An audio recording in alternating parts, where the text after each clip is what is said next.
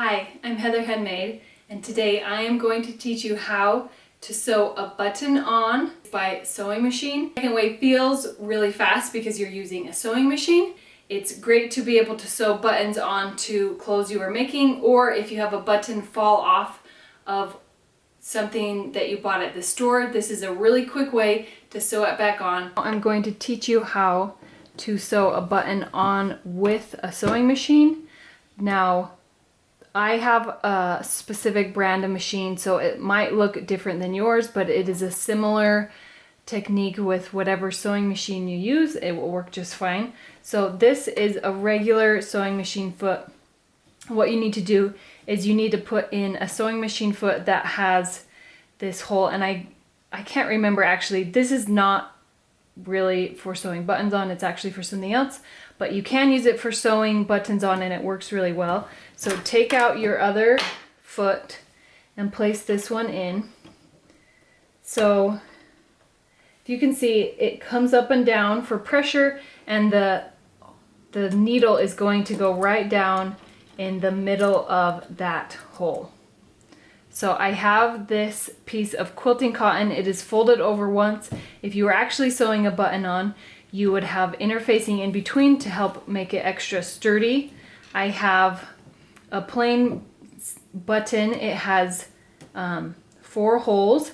It's about 5/8 inch in diameter, and I'm going to sew it onto this piece of fabric.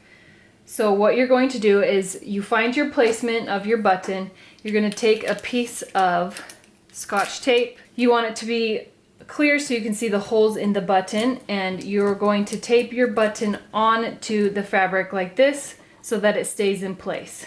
I'm actually going to fix that.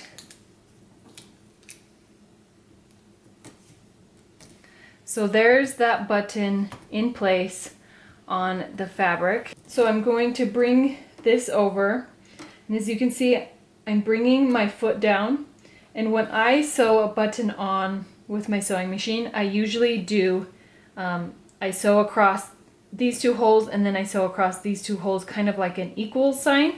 I find that's the easiest way to sew it on. If you want to do an X, you probably could do it with a machine, but I've never tried it. You would have to be careful about hitting the hole. It might be better if you sewed it by hand. So as you can see, I'm making these holes. I'm putting it, parallel to as if you were sewing into your machine. And I'm going to bring my foot down onto those top 2 buttons, or the top 2 holes right here. I'm going to put my machine on a zigzag stitch, and then I put the length all the way down to 0. And you're going to have to check your width. And I do that by, I'm using the hand wheel, and I'm bringing down the needle to see where it will hit that hole. So it's hitting one side. It should hit one side just fine. Oh, I forgot to tell you one more thing.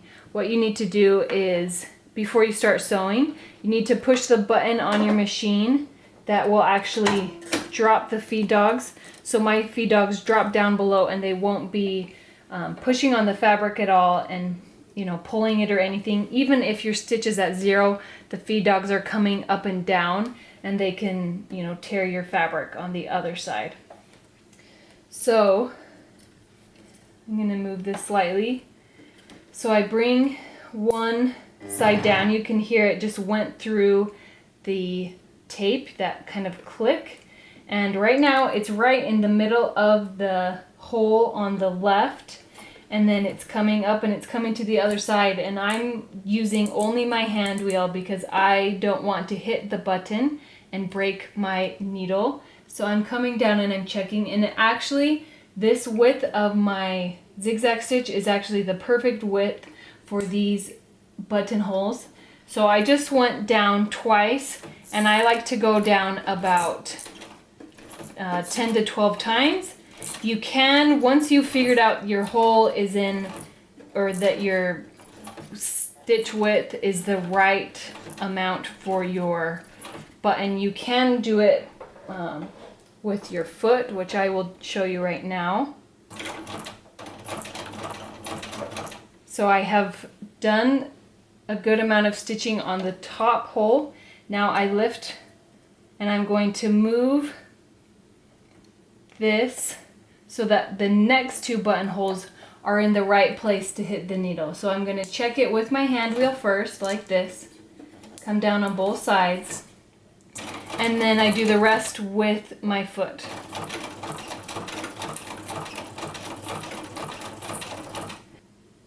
Now that you have done that, what you want to do is you want to bring your needle over. You want to go back to a straight stitch.